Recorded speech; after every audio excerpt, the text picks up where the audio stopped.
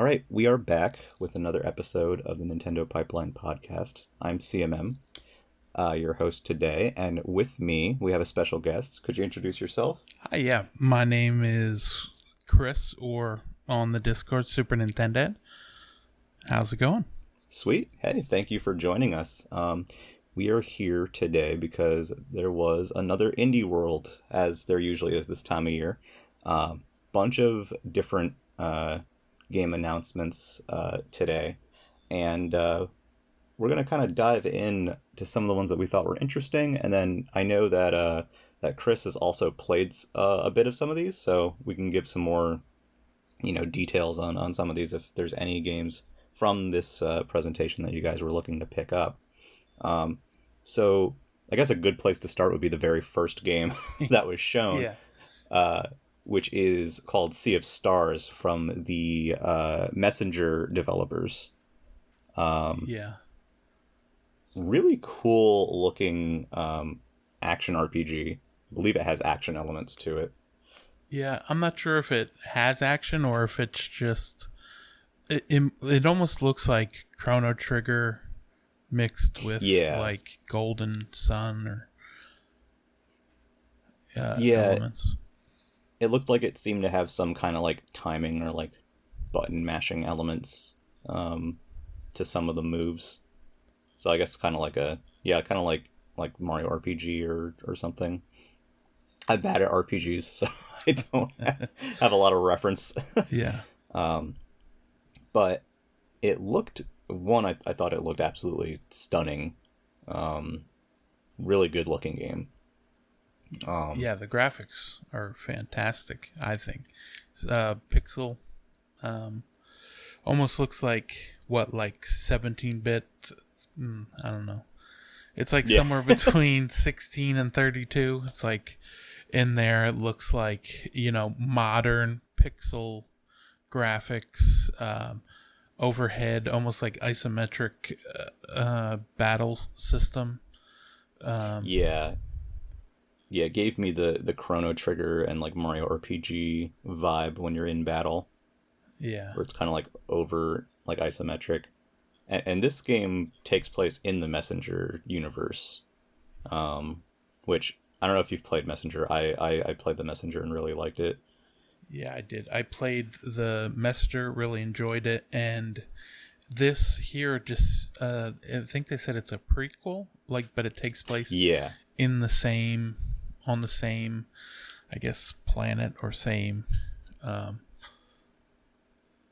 universe, and it just looks like the studio is just making new versions of the games that they liked as growing up. And so they had, Ninja Gaiden, now they got Chrono Trigger, and who knows what's next, Super Mario 64 maybe.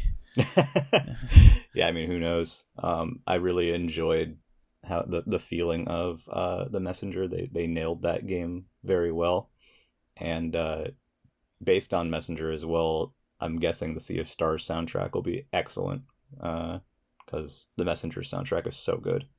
Yeah, and this soundtrack, they said they have some songs done by, is the composer of Chrono Trigger? Yeah. Yeah, that's right. Yeah.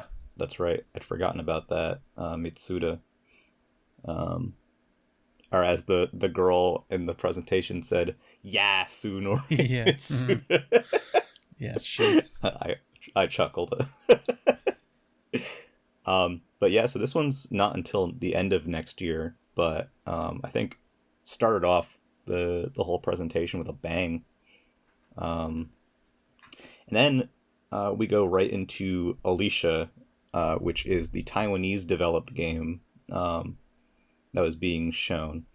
And this one I thought was interesting. I wasn't like, I was kind of okay, whatever about it, until they mentioned that when you're doing co-op, you have one person playing docked with motion controls, and then the other character is in portable mode using the touch screen. And I really like asymmetric multiplayer and asymmetric co-op stuff. Yeah. So I'm curious about this one for that primarily. It seems to be mostly like an action puzzle game. Yeah, it almost looked like some of the sort of puzzles you might try and solve and see in Breath of the Wild. Yeah, it did have that vibe to it. There's that little robot thing I recall seeing, and there's like I want to say it's the I don't know if it's portable mode or not, but one of the characters it's a first person perspective, um, which I thought was interesting that they're both kind of very different from each other. Yeah, because I think the little robot can like fly around, and then Yeah, the girl or the woman just runs around, and like so you're solving the same puzzle but being in completely different areas of um, the in order to solve the puzzles. yeah, it's kind of like it's cooperative, but you're also kind of doing some of your own tasks as well, which I like. I know, like for me, like when I was playing, and I don't know if this will happen with this game, but when I was playing like Portal 2 in co-op, I played with someone who like knew the game very well. So what a lot of that devolved into was like, you know, they would do most of the stuff, and I would just kind of stand where where I was needed to Yeah, stand. that sort of So happened to me with like when if you're the last person to run a raid with your friends in Destiny 2, it's like yeah, they're like, oh, here's what you need to do, run over there, and then they're like, you just kind of doing what they tell you to do. yeah, I'm hoping that this avoids that a bit. I also did not know that the game was called Alicia based on the logo. I had to hear them say it Yeah, afterwards. it definitely could use a new logo because it just looks like two upside down hermit crab shells, and Yeah, like then just like a bunch of like scribble, like they pick like the one, when you write something out and then you look at all the different fonts you can use. It's like the one font yeah, that like barely has any part of the letter, but yeah, you yeah, can't really make it out. yeah. I was like, oh, Alicia, and then they're like, Yeah, no, actually.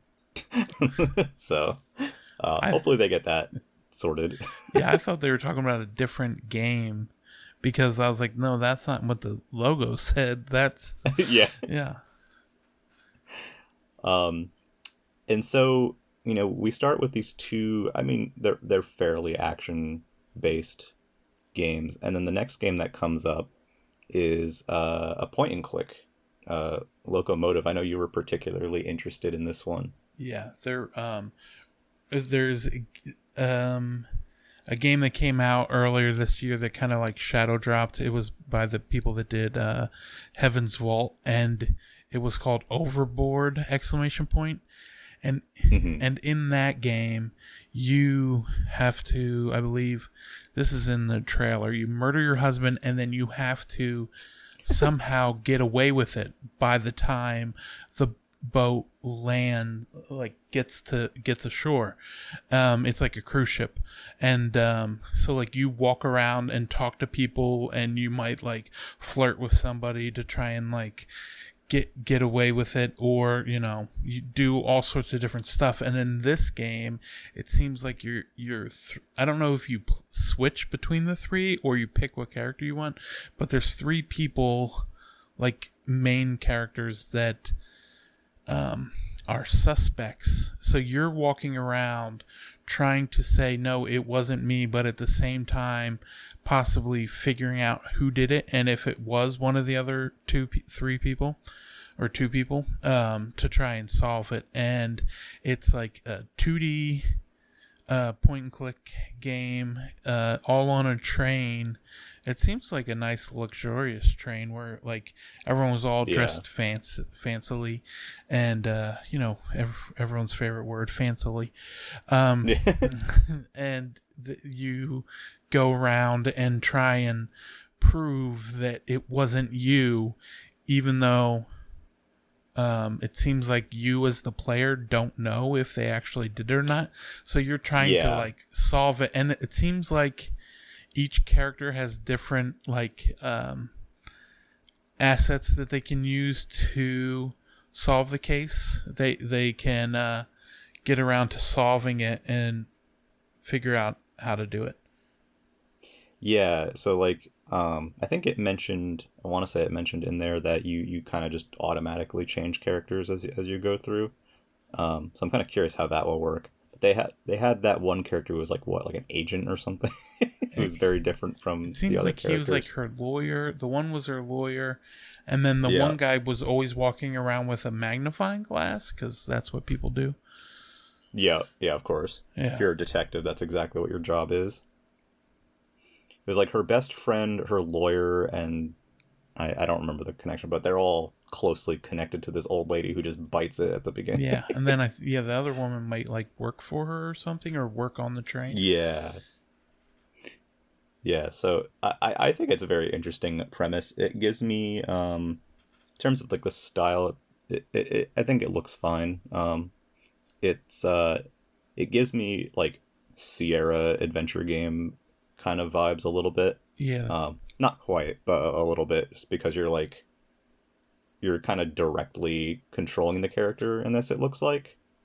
Um, I thought it was kind of funny. Like, oh yeah, point and click game, but there wasn't actually any pointing and clicking shown. right. Yeah, I didn't see any. I don't know if they just didn't know what else to call it, but it didn't. Yeah, I mean, it wasn't quite like, like the old LucasArts games, but maybe you just pick what. Maybe I don't know. Maybe they were playing with touch controls. Who knows? yeah. I'm curious if like maybe they had like the UI like disabled for purposes of the trailer or something. I'm curious how it actually like plays. Um, but it looks like a fun little compelling murder mystery, and it does kind of sound like very much like a contemporary of Overboard that you mentioned. Like it's kind of like a parallel game, Yeah. where it's like isolated vehicle, someone dies solving a murder, or in that one's case trying to get away with it, but in this one you don't know who did it, so maybe they're all trying to get away with Right. it. Who Yeah, knows? they could all be trying, or like we'll get to the end and it turns out she's faking it. Who knows? Yeah. I hope so. That'll be funny. I liked her voice in the trailer. I hope that the game has voice in it. Yeah, because she seemed to Uh, be narrating it, talking about yeah, the people who potentially could have been the one that killed her as you're playing as right, them. At least that's how the trailer made it look. right. Yeah, it was very charming. I'll just say that point and click stuff isn't really my thing personally, but I thought it had a lot of personality, and I love the pun, so Yeah. that kind of won me over immediately. Yeah, and this, I don't remember the studio, but they said it was their first game, and Chucklefish is publishing it. So, Right, that's right. The studio name, find out real quick here. I have the PR open so I can check. Was what locomotive? It was. They didn't put it in order in PR, of course. yeah. Robust Games is the name. Oh, okay.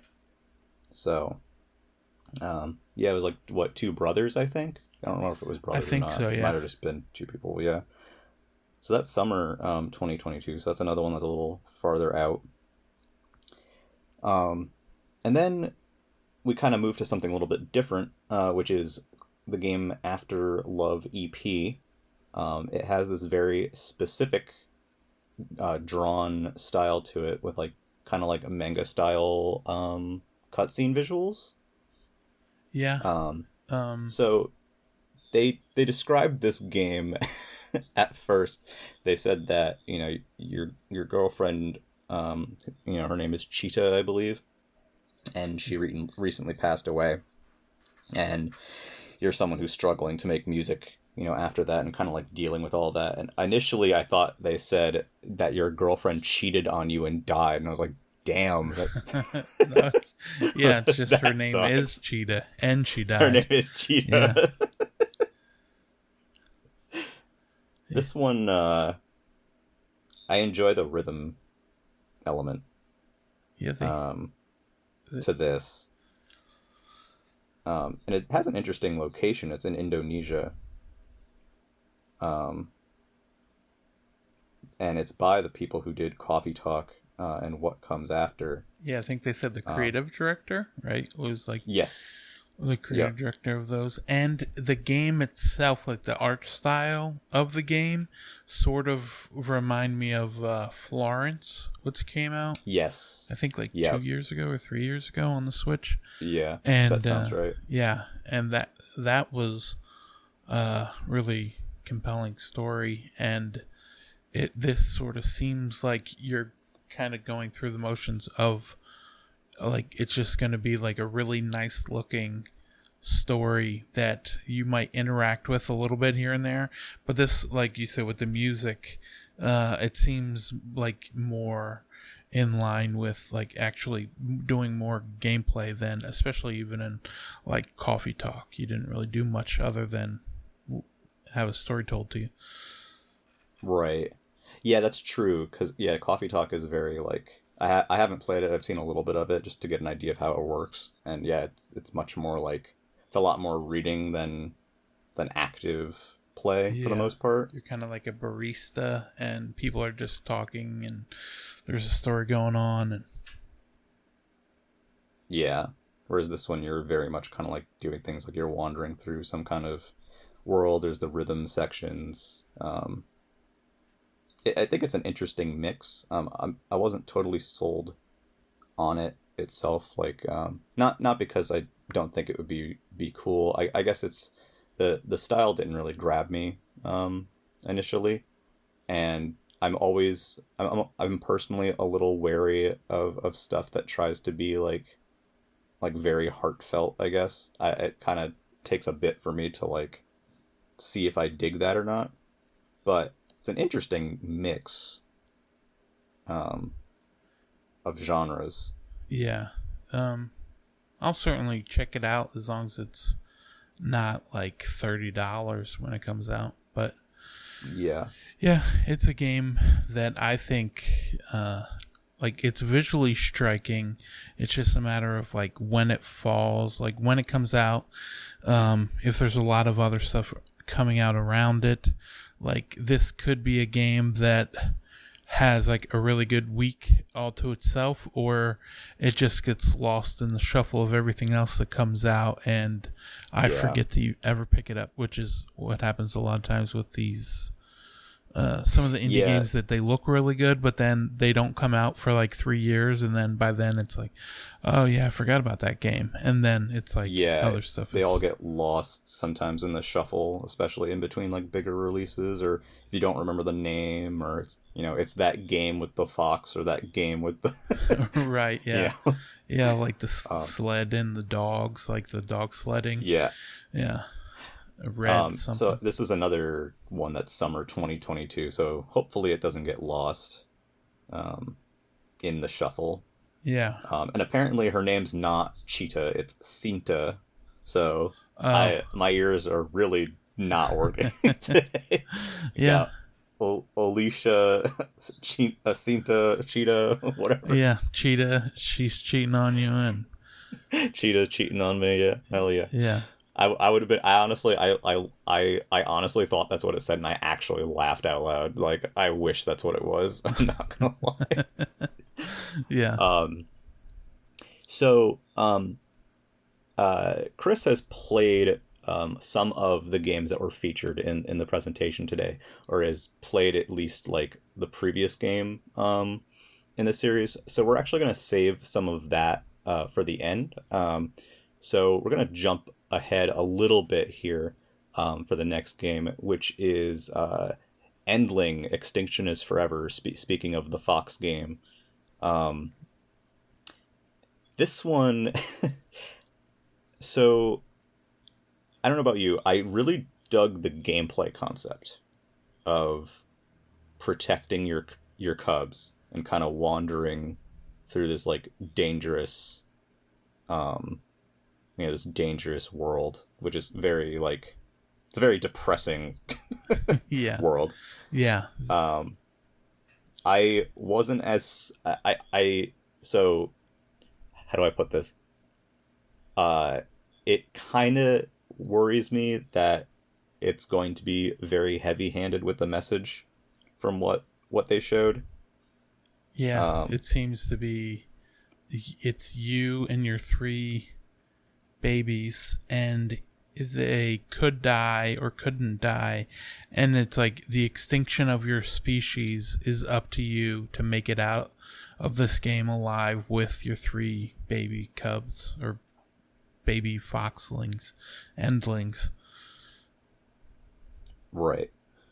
And I'm kind of afraid it's because I I don't know if I saw it right. Maybe you can tell me. I'm pretty sure there was like a sign in the background that was like oxygen is a right or something like that. And I was like, all right, I get it. Like, it's like one of those things where it's like, okay. I mean, that's their creative choice, and some people are super down for that. For me, it just kind of feels like it's beating me over the head with it a little bit too much. But I do really like the idea of, having to survive with your cubs, and the ability, the game changes or the story changes and the ending changes depending on, how many of them survive, and that you would probably, want to play through the game multiple times, to kind of see how that whole thing goes. Yeah, it seemed like it was very like open-ended in terms of branching paths. A lot of the trailer, they showed you like hiding from humans, like so you wouldn't know. Some humans just kind of looked at you funny, and then other ones, when they saw you, they started chasing you and tried to like hunt you down. So Right. It seemed like you didn't know who you could trust, and then at the same time you gotta like hide in the shadows, and then if you see a human coming, it seemed like you could tell the babies to like jump in the bush, and then you would like you're distract commanding them. Yeah. And I think they mentioned that they learn skills as you go on. Oh yeah, they showed them climbing yeah. up, like climbing up yeah. edge of a hill or something, and right as they were saying, you can teach them how to do things so that they can move on. And then I almost feel like the game's gonna end with the mom dying, saving the cubs' lives at the very end. Oh yeah. And then it's like, oh well, at least I taught them everything they need to know to survive without me. And then credits, oxygen. Yeah, it's oxygen.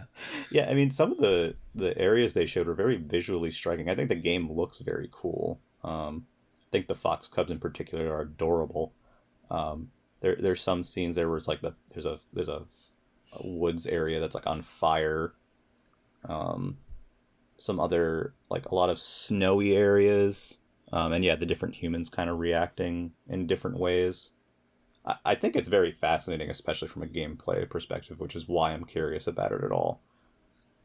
Yeah. That one is that one is spring 2022. So that's the same release window as Olisho, Oblivion of the Twin Goddesses is another spring one. I mean, a lot of these games, like whatever the date is, I don't even look at it unless it's like a very specific date, like out later today, or it's April 4th or something, whatever, when they give an actual date. When it's like spring 2022, there's so many games that were either at Nintendo Directs, and even games that were at like Nintendo Directs or Indie Worlds, or I guess they were like Nindy showcases back then, when the Switch first came out, that still aren't out, like Minoko's Cat Market. And there's just a couple games. I remember there was one game, it was like the Hat King or King of the Hats or something like that, and there was like I vaguely remember that. Couple games like that. That one ended up launching on Discord back when Discord used to sell games, and then Yep. that didn't work out, so they might not have had funding for the Switch version. Who knows? Or it's still in early access. I know some of these games they announce them for the Switch, and then they end up being in early access for a lot longer than they intended. So they'll come to the Switch eventually. Right. And speaking of, games with the release dates, the next one here does have a release date, and it's Ollie Ollie World, and that one's on February 8th. I don't know how familiar you are with the previous Ollie Ollie or Ollie Ollie games. Yes. Yes. Okay. Yeah. So what do you find interesting about World? What are you looking forward to? Well, the game, the graphics itself reminds me almost of the Tony Hawk, the first Tony Hawk game on the DS. It was cell shaded, sort of like this, and it kind of reminds me of that. Plus the old Ollie Ollie games like Ollie Ollie and Ollie Ollie 2, I really liked. I still remember I even got like Ollie Ollie 1 on the 3DS. Like that came out a long time ago. And then I think I even got it on the Wii U maybe. Yeah. I think they had that double pack. Yeah, and then they eventually announced it. I remember they originally tweeted out about it, and they were like, "Hey, we got an Ollie Ollie announcement coming. If you're a Switch fan, you might want to pay attention." And then the tweet was, "Hey, if this gets enough retweets, we might consider making Ollie Ollie on the Switch, Ollie Ollie 1 and 2, like the double pack."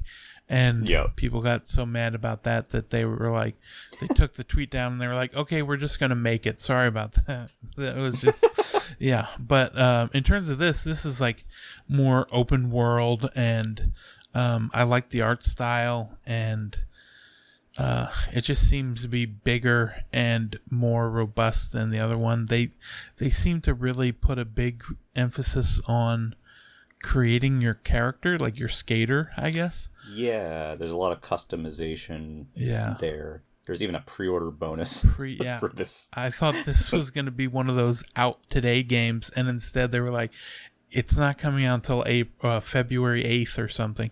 But they were like, but if you pre-order it today, or pre-order before it comes out, you get this costume.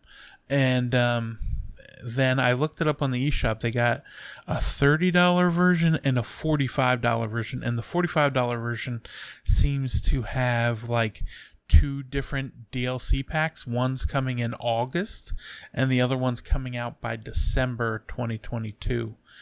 Oh, wow. Okay. Which is still weird to say because, even Sea of Stars was like holiday 2022, which in my head is like summer 2023, but we'll see what happens, Yeah.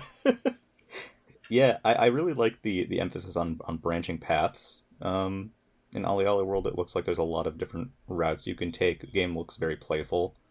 And they showed that online thing too. The quest for Nirvana, I believe it's called. Oh, yeah. I didn't totally understand how that worked. But it seems like they're going for a fun, like, competitive element for this. It seemed like... Sorry, go ahead. I was just saying, the previous ones, did they have any online element to them? I think they were, like, all level-based, so it would be leaderboards.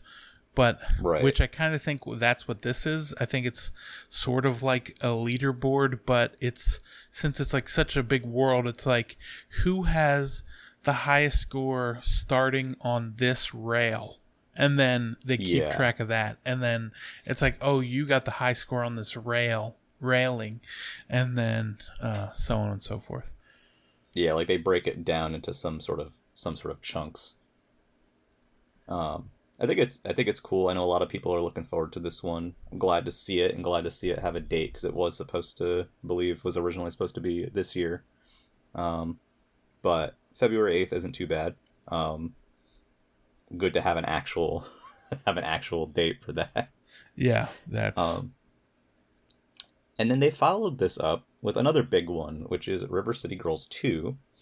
Um, and River City Girls, the original River City Girls, is very, very cool. I still have to get through it because you know how it is. There's a million games, yeah.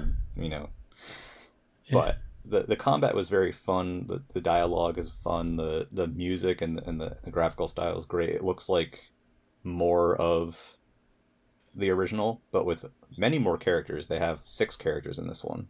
Yeah, the first one was just like you going to get back your boyfriends that were kidnapped, or Yeah, and then this one seems to have 4 new characters, and at least 4 new, like 4 that they showed anyway. And then they also have the online multiplayer, because the other one was only local.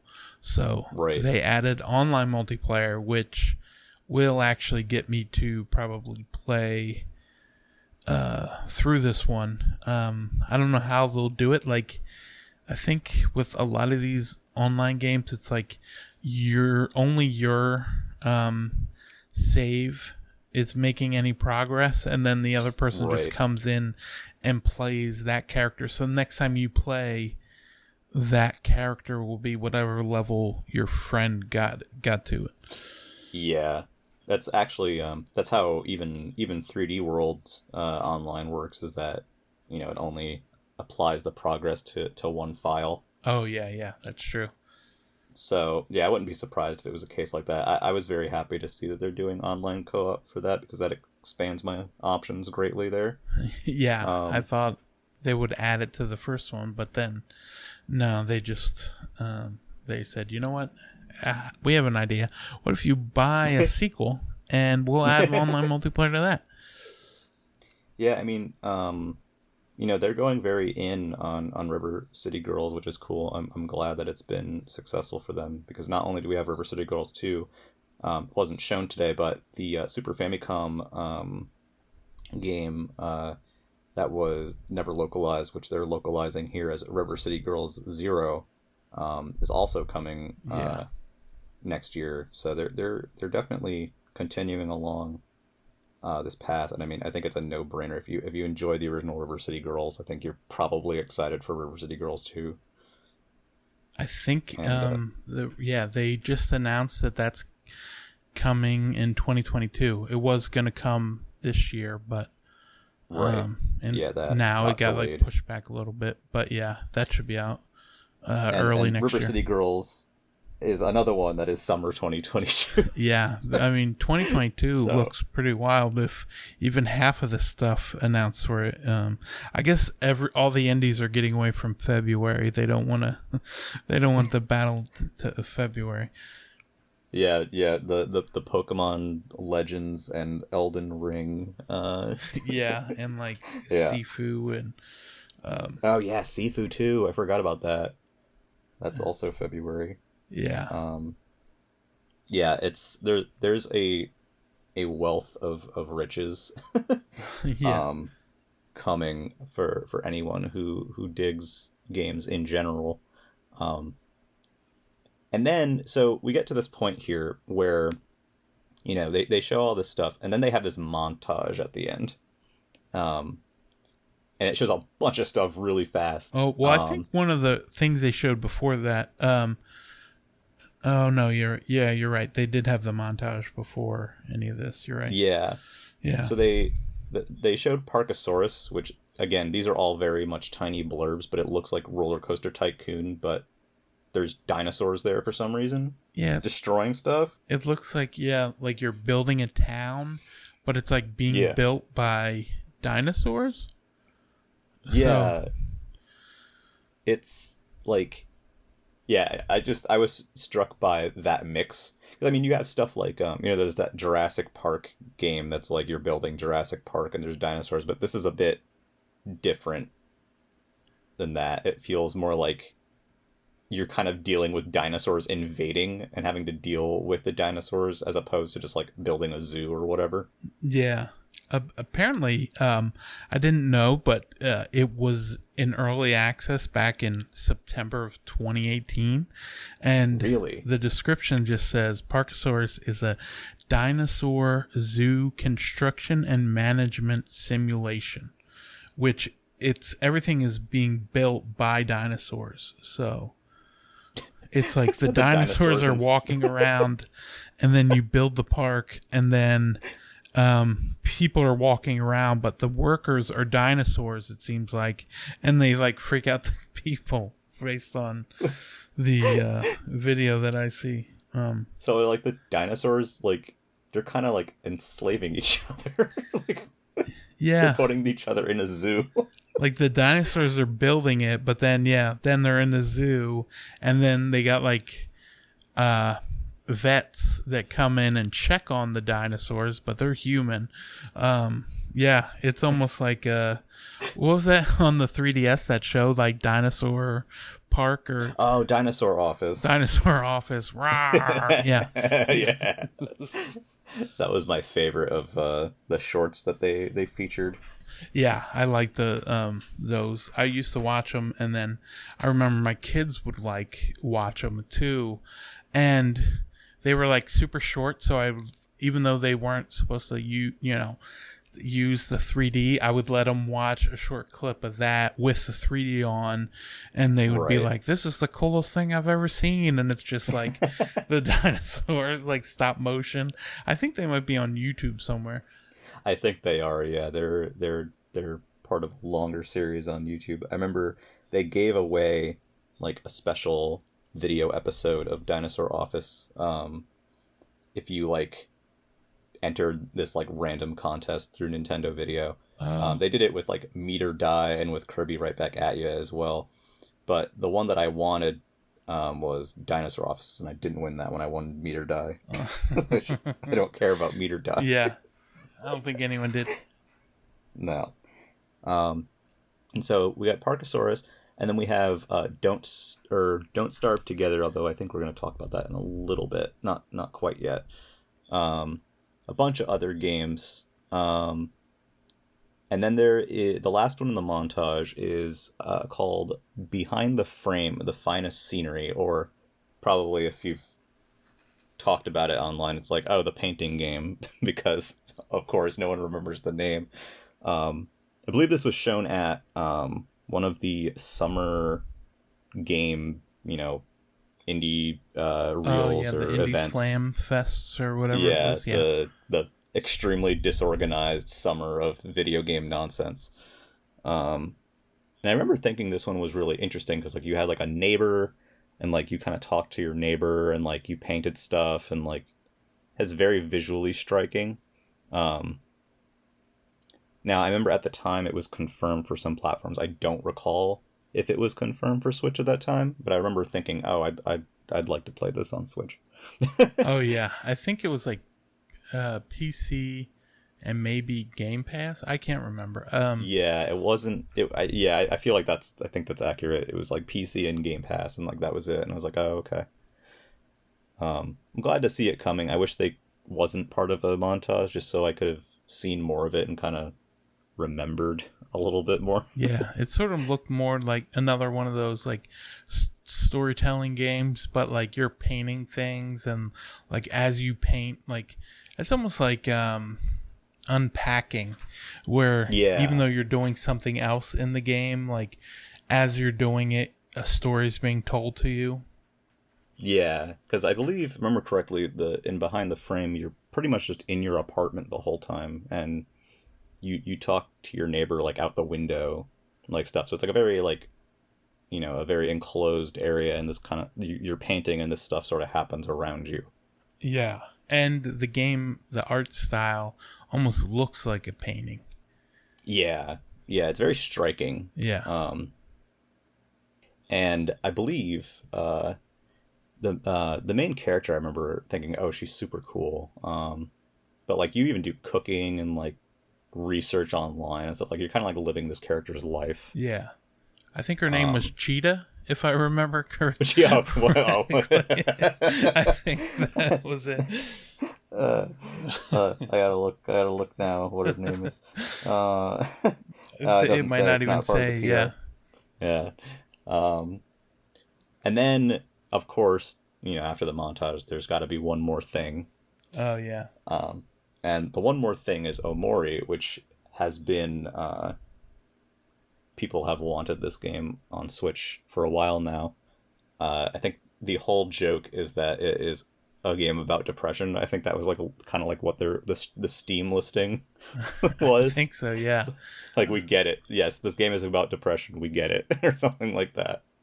This one is a very striking RPG. The obvious comparison you're going to get is Earthbound.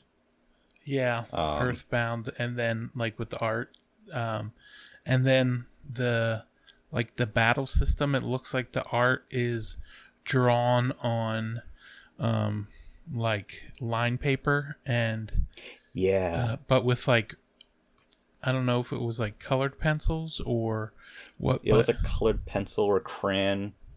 Yeah, and it looks very striking. Very striking. Yeah.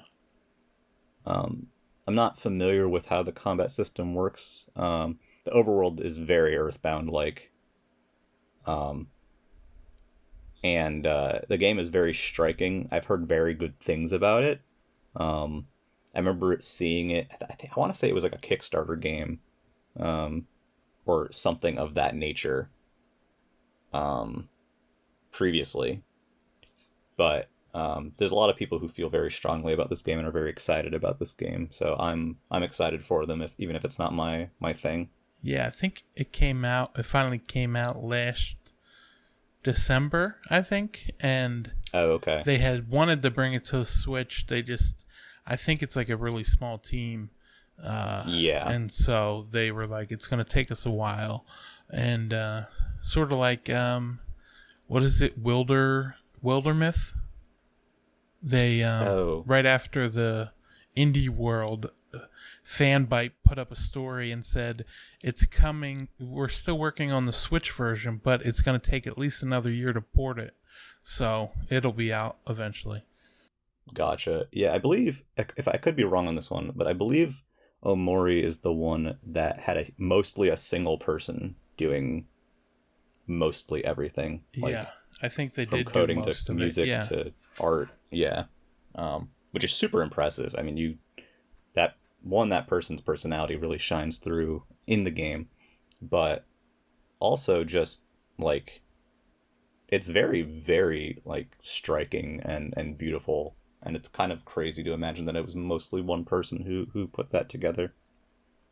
Yeah, especially when you look at it and it's just it's pretty wild to think, okay, one person pretty much made this game, and it was the game that closed out the indie world.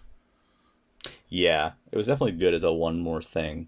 A game that has excited a lot of people who have played it already. Yeah. And speaking of, so we had some games today that they either shadow dropped, some with a demo, or ones that were available on other platforms that you played, Chris. So I thought we would talk a little bit about those. Yes. So you had mentioned one, probably the biggest one is Chicory. This was a game that was very much wanted on Switch, and it kind of just showed up in that ending montage. Yeah, it was really weird how it was just, they showed it for like 2 seconds, and then they were like, out later today. Like, oh, okay. So this one is also a very visually striking game, and you said you played a little bit of it. So what do you think of it so far? Well, I played it when it came out earlier in the year on PS5, and I think it was earlier in this year. Yeah, it's been a blur, but yeah, I played it, and it's a lot of fun to just go around. They got like 2-player mode. One thing I noticed is, I tried to play it originally, is random, but I tried to play it with, because it's got gyro controls and touch controls. I guess before I get into that, I'll just say what it is. So basically, it's almost like a top-down Legend of Zelda type game where you're going around. For some reason, all of the color in the world disappeared, and you are left with this brush that can paint the world whatever color you want. And I say whatever color you want, but really there's like 5 colors they let you pick, at least at the start of the game. And then as you can go around and just color a different people or different things. And then they made good use of the HD rumble, which is a thing I don't find myself saying much, 4 years after the Switch came out, where most people just kind of forgot about the HD rumble. But let's say there's like a tree, a bush, and a person like next to each other, and a building, and if you were to move the brush across all 4 of those things, or all 5 of those things, the controller would vibrate at different variations as you brush over different things. So every time you brush over like a tree, the trees all feel the same, so that you're brushing a tree as opposed to something else. And it was pretty fascinating how they did that. That is really cool. Yeah. And so basically you have this brush. There is different plants that when they have color, they some of them contract and go into the ground, and other ones you paint them and they lift up, and so then you can like walk by paths, or if you need to get by, you can just erase the color and then sneak on by. And it's all the different styling that they have, and like it's sort of like puzzle based, and then but also at the same time there's like this corruption that's happening, and you end up doing boss fights using the paintbrush. And so you're like running around and you're using the gyro controls, so you can either use the gyro controls or control the brush with the right stick. But if you're playing with 2 Joy-Con right now, I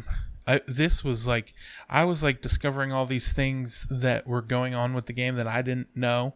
One being, I tried to play with just 2 Joy-Con, and when you play with 2 Joy-Con, the game thinks you're playing 2-player, and so it won't let you turn the gyro controls off, only when you're using Pro Controller or playing in handheld mode. So it doesn't let you do that, like turn it off. So right. So there's that. But then when I got the game like this, pretty much the second it went up on the eShop. So once it went up and I downloaded it, it downloaded 1.0, and then it turns out it was supposed to launch with 1.0.1.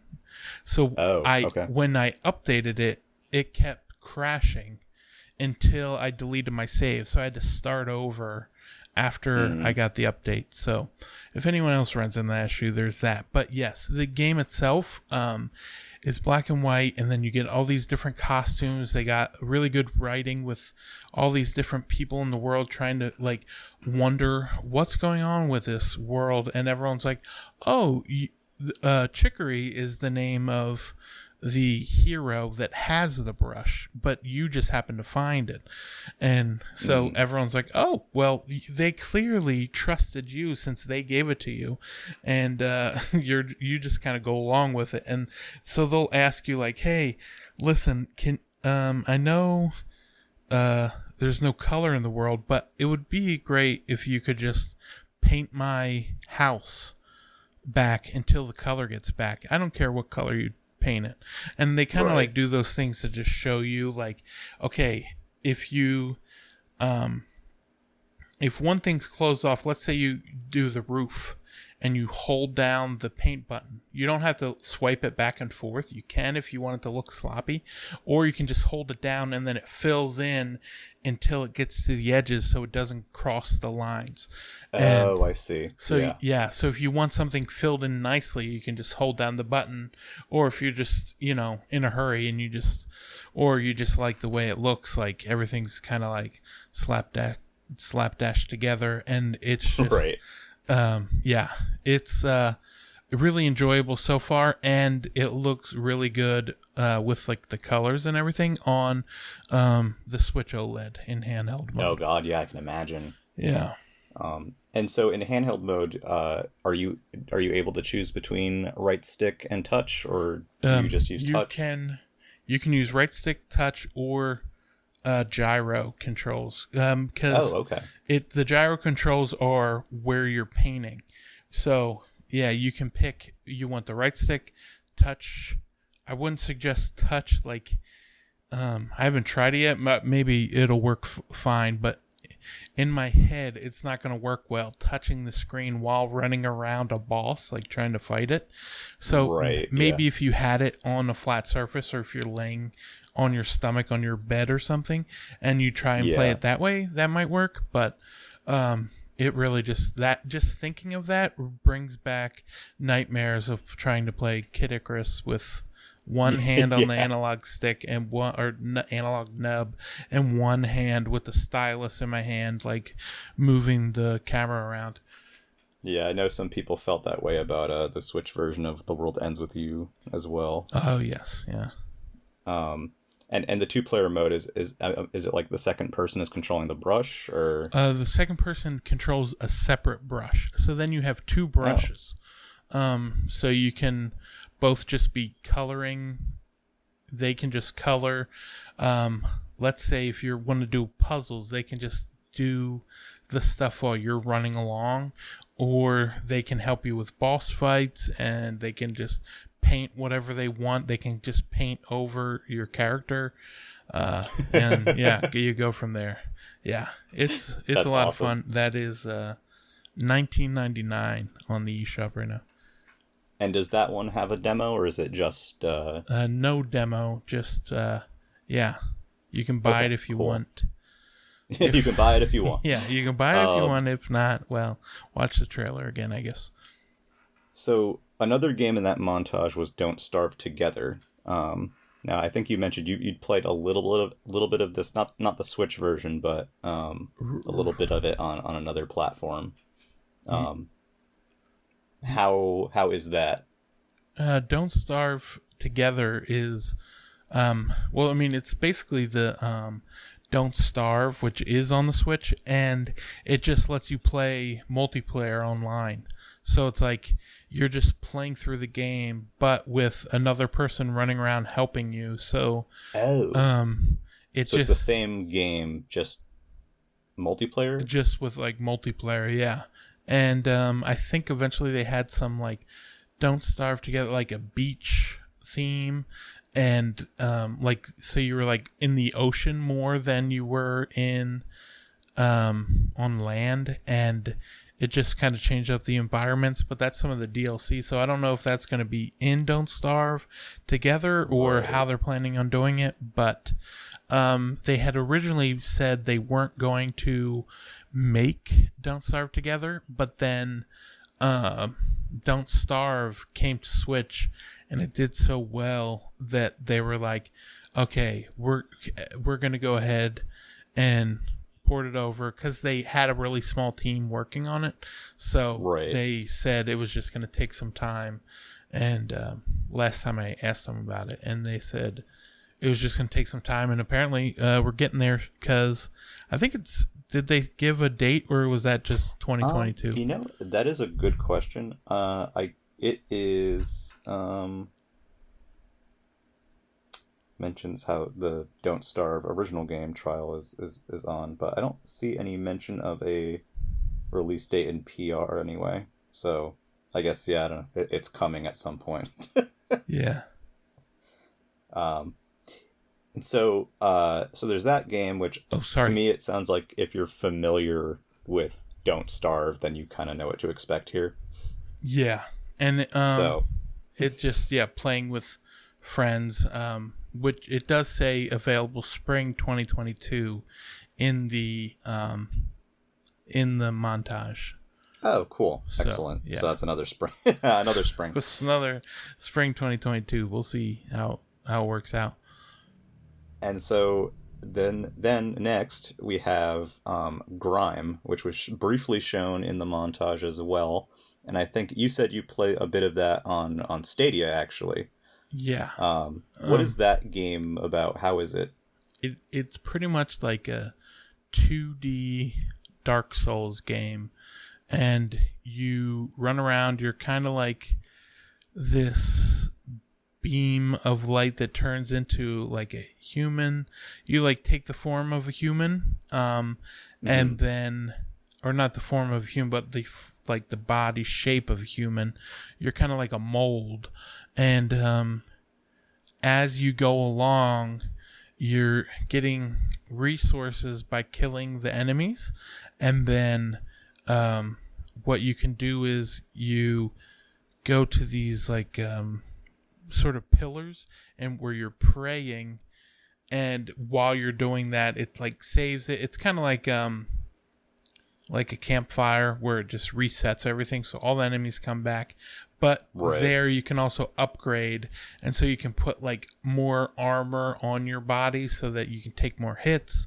You can do different things like that. You can find different you might have to grind certain enemies to get the right resources that you need to upgrade to a point where you can advance easier. You could still do it, but some of the things are made so that if you have certain either abilities or armor or more health, you can take more hits and things like that. And yeah, it is well, when I played it on Stadia, it felt well enough, but yeah, I'm looking forward to see how it runs on the Switch and how it ends up turning out. So yeah, definitely.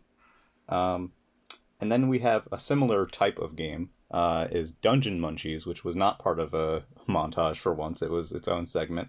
This was a 2D style roguelike. I think to the untrained eye like mine, my immediate thought was, oh, it's kind of like Terraria. I don't know how accurate that is. Yeah. But that also dropped today, and I know you picked that up as well. Yeah, it came out today. And yeah, it looks like Terraria in the sense of like the character movement and just the way you work everything with like attacking and things. And then similar thing to Grime, where you'll kill the enemies, they'll drop like either meat or if some of them might be trees, so they might drop a branch when you blow them up or destroy them.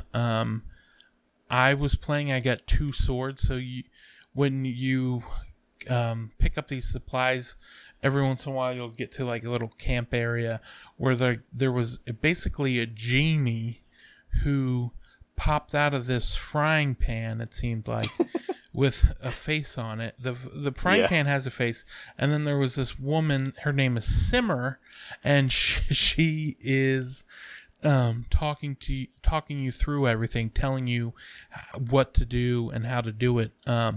I played it on like just casual, just let me enjoy the game mode. So basically I was getting hit, but they were barely doing any damage to me. So, which is my favorite way to play a game. So then so I was, especially like a game like this where I wouldn't normally play a game like this, but the frying pan with a face and like the cooking, they had me at cooking. I like cooking. I noticed the cooking element was very pervasive.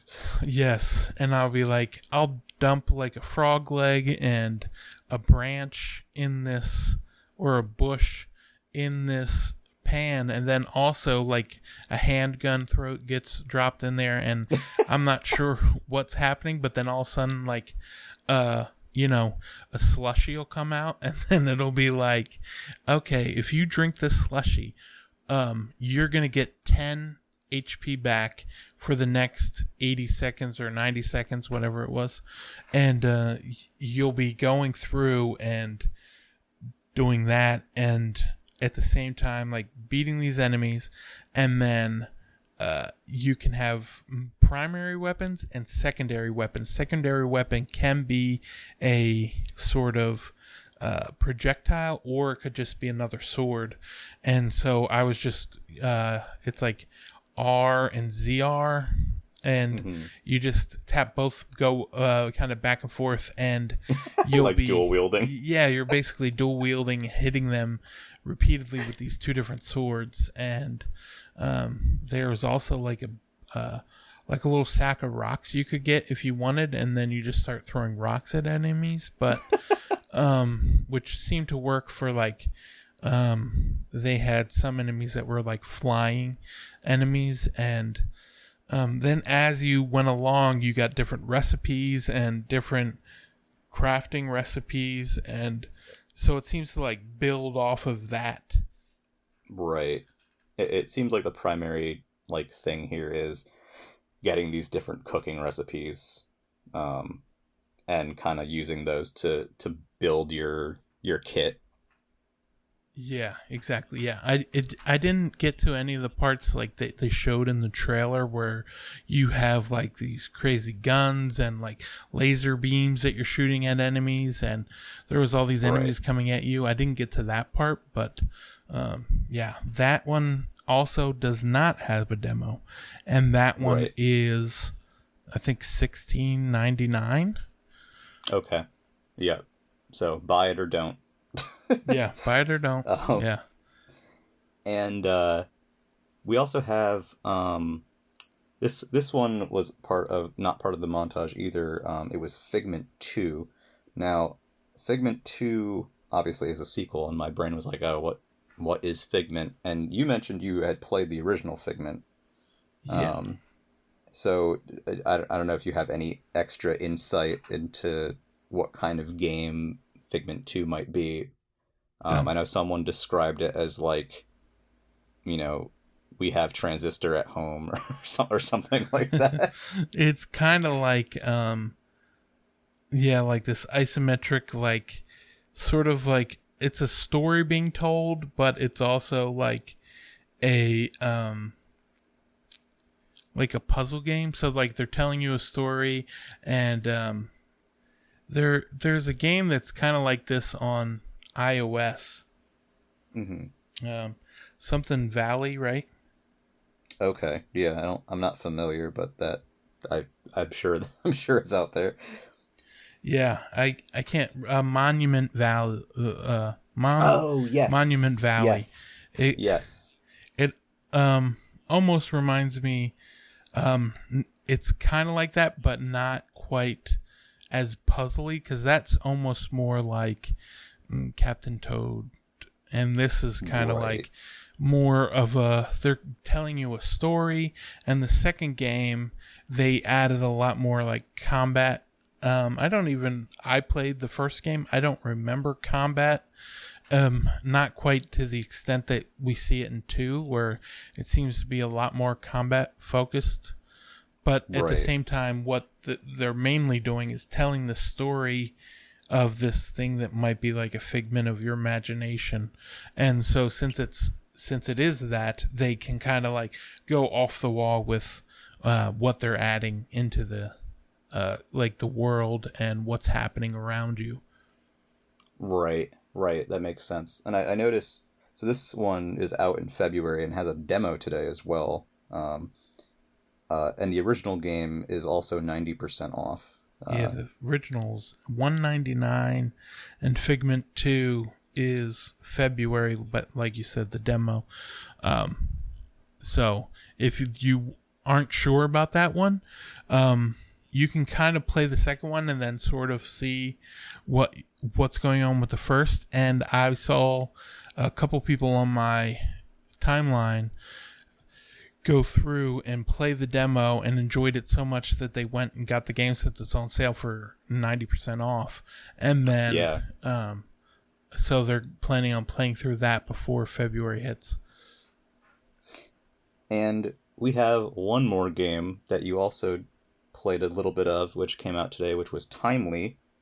This was a shadow drop today. I believe it also has a demo with it. And what is this one like? This is more of a puzzle game, right? A stealthy puzzle game? Yeah, so basically what happens is you get to the beginning of a section, and at the bottom there's a play button, and so you can watch the whole scene play out, and then you kind of know what's going to happen. And they kind of show it to you by showing, okay, while you're running, this is going to fall from the sky, break open the ground underneath you and hit you, and you're going to fall off. So you need to stop that from happening. So you can hold down L, rewind time, get to the part where right before it hits you, you stop your character so they don't move. Then you fast forward the time, and then you kind of manipulate the ground so that it repairs itself, and then you walk forward and beat the level. And then once you get to the end, you hit X to execute, and then it plays the whole video again and shows you how you get through it. So then once you go through there, then the next area, it's like, okay, these robots are on patrol, they can't see you, so you need to stop your character at just the right moment when they're looking towards you, so this wall will stop them from seeing you. And then when they turn, that's when you move your character past them to open up a door, and then you got to wait until they're not looking again, and then go back, and then you can get through the door. But you got to do it all before they see you, and you got to do it before the time runs out, because there's only so much time in the video. So you need to go ahead and get that, and then once you finish, then you just hit play, and then it plays through it again. It's almost like a more puzzle and less action version of there was like a samurai game that was like that. Katana Zero, yeah. So yeah, that was what I had in mind. It's kind of like that, but instead it's like a top-down view with like 3D graphics and very stylized looking still, and you're working the puzzle. And yeah, it's out today. The demo's out today. It is $21.99. I don't know why. Very specific. But no, sorry. It is not $21.99. It is $19.99. The game that is $21.99 is Let's Play Oink's board games, like the board game. Yeah. Yeah. That was one we didn't really talk about, but yeah, that's a little board game compilation with local and online that also dropped today. Which seemed to be like a bunch of different board games, and there are actual physical board games of those games, and they all come in the like little boxes, and they put them all together almost like a tabletop simulator. Yeah.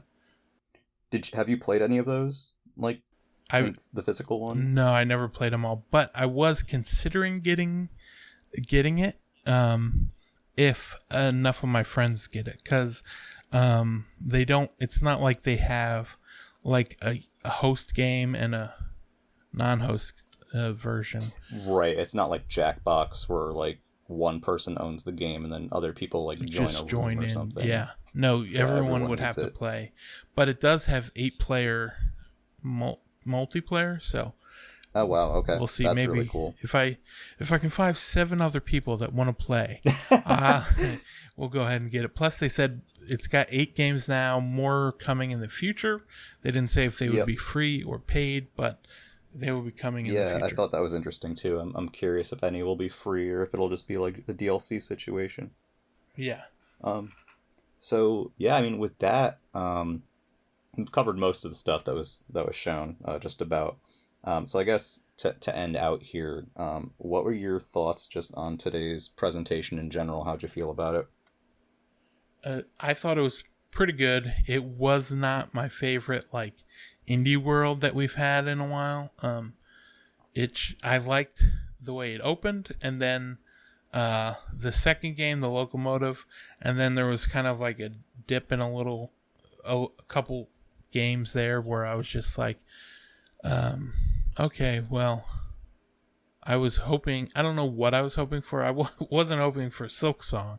I had a feeling that was not happening, but in terms of like what they did show, I really liked what they did show, and I guess there's just more games that are on other systems that I wish would come to the Switch, and I was in my head foolishly hoping that we would see some of them kind of like Bug Snacks or The Artful Escape or The Big Con, and we didn't get any of those, and so that was really just and Wadham, and that was more on me for wanting more than rather than just go in and kind of like, oh well, here we go, let's see what they have. Last year's December Indie World, they had Among Us, and that was the game, the One More Thing, and that was out today. So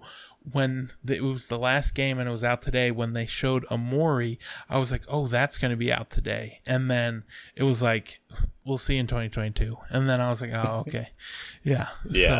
Yeah, it was a bit weird of a presentation. I didn't really go in expecting much. I hoped that maybe Chicory would show up. And I liked a lot of what was shown. There's a couple, I think for me, the presentation was best at the beginning and at the end. Like, the beginning, first couple of games were cool, and then it was kind of a lull for me. And then the end with, River City and the montage and stuff, was a lot of the stuff I liked the most in here was some stuff that was in the montage, like Parkasaurus and Chicory. Yeah, same. I liked the Parkasaurus, Chicory, and then even like Grime, and Don't Starve Together. The idea of being able to play that with other people, because I believe even on the other systems, I think Don't Starve Together was like an add-on for Don't Starve, but I think it might end up being its own separate. It kind of sounds like something that would be a DLC, but isn't. I'm still a bit perplexed by that one. I was hoping for Ollie Ollie World to show up because I know people wanted to see it. I was hoping that it would get a date. I thought it would drop today, but getting a February date isn't bad. Yeah, I thought it was going to come out today too, because it was going to be like out now, because what ended up happening was, I think that like Twitter account or website that show like what games get added to the PSN back end, like Ollie Ollie World just got added last week, so everyone thought it was going to be a part of the Game Awards, and then when it wasn't, and then Nintendo announced this, I was like, oh, Ollie Ollie World's going to be out now, but I guess it's in the back end because you'll be able to pre-order it, so that's why it's in the back end, and it has nothing to do with being out today, which I would have liked. Yeah, it's definitely wasn't my favorite indie world, but I thought there was some very cool stuff. I guess if you could pick one game from this presentation, either one that is already out or one that you're looking forward to, what would be like the game of this presentation for you? For me, the game of the presentation, if I could only pick one, it would probably be Sea of Stars, because I really liked what the team did with The Messenger, and I liked playing that game and what they did with it, and then the idea of playing this, whether it's an action RPG or a turn-based RPG, just the look of the game and the idea that there could be like a really meaty, long RPG waiting for me holiday 2022 or spring 2023 has me really excited. I think for me, there were some that were known, like River City Girls 2 and Chicory, obviously are known quantities. But in terms of something that I didn't expect or that I was excited about that was shown, it would probably go to Alicia with the not so great logo, just because of the asymmetric Yeah. multiplayer co-op thing. I just think that's really fascinating. So I really hope that turns out well, and I definitely want to see more on it. Another spring 2022. Right. Yeah. If we were going that route, the one that like came out of nowhere that I wasn't expecting that I'm super excited about is probably the Locomotive, because Yeah.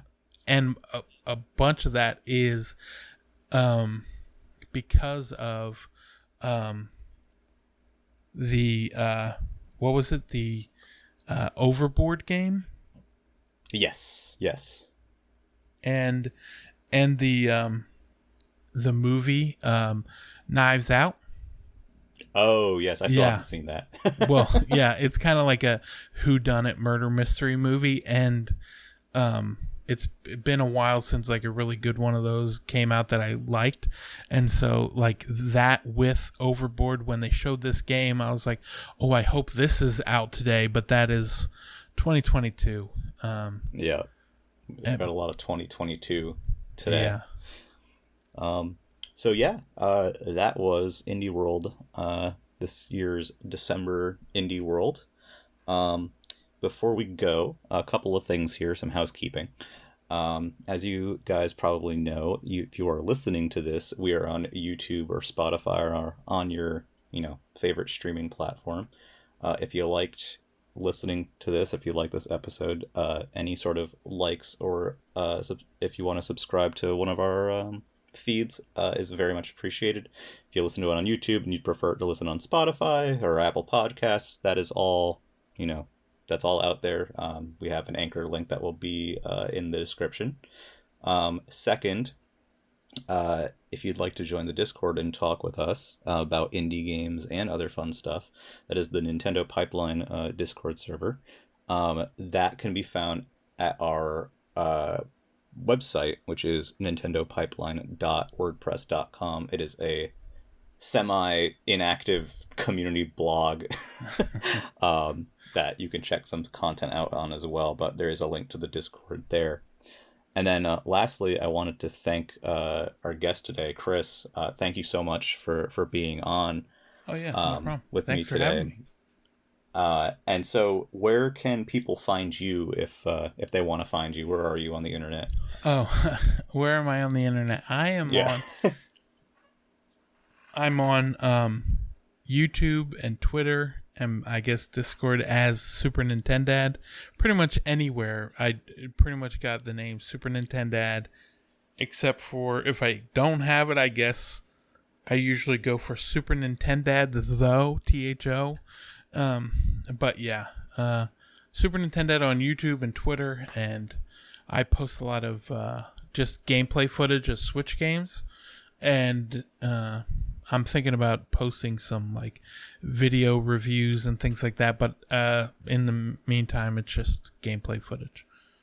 Yeah, I mean, if you're looking for gameplay footage and you don't like when people talk over it, then that's awesome. You can just kind of see some stuff there. We'll have the links for the YouTube and Twitter in the description. But yeah, so until next time, we will see you again. Thank you for listening, and let us know what you want to see in the future, and we'll try and do something cool. We're getting towards the end of the year here. We've got one more episode coming out before the end of the year, and then we're going to take a little bit of a break. But until then, we'll see you next time. And yeah, bye-bye.